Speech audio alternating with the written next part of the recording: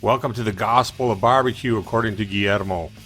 Today we're going to cut down 7 hours worth of work into about 3 minutes and 30 seconds. So I'm setting up my smoker here using the V method. It's the best method to use to manage your fires. I always use lump charcoal.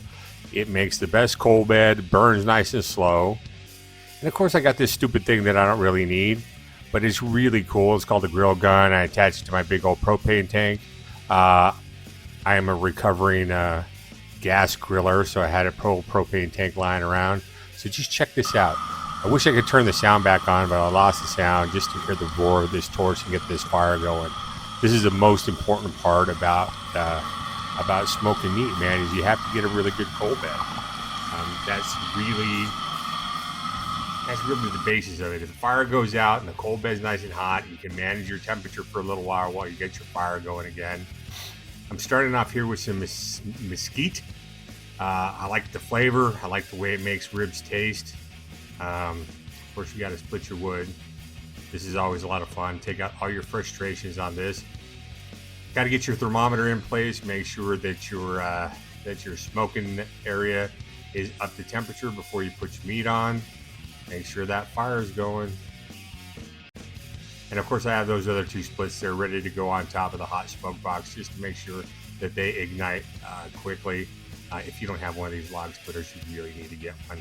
This is my meditation time right here during the cooking process. I really enjoy doing this. All right, this is just a mustard binder with salt, pepper, and garlic. And there you go, it's on. And then this is really what it's all about here, man. This is what smoking meat is. Watching some football in between, checking the logs.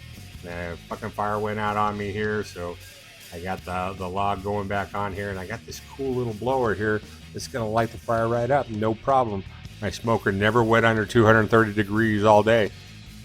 A lot of fun, man. Here you go.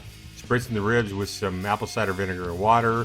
I don't know if you really need to do this, but I do it every time, and it gives me an excuse to look at my barbecue while I'm doing my thing. So this is about halfway done. They're looking pretty damn good, I would say. And then about 3 hours in, I'm gonna get ready to wrap these things. I'm using some butter, some brown sugar, and some honey. And then I'm gonna put these face down, and that's gonna give those ribs a beautiful glaze. And of course, we double wrap it in heavy duty barbecue type aluminum foil. Make that seal nice and tight. Gonna do the other one here. I love the way I can do this in slow motion because I was working very slow by this point. Here we go with a little bit of honey. And I always try and get a good local honey here from New Mexico. They're always really good. I think that one's a good lavender honey. I love that stuff. Wrap it up nice and tight, and then put it back on the smoker. So if you're a proponent of the 3-2-1 method, that's what you do. And now you can see that glaze came out beautiful. Those ribs are money, and that's how you do it.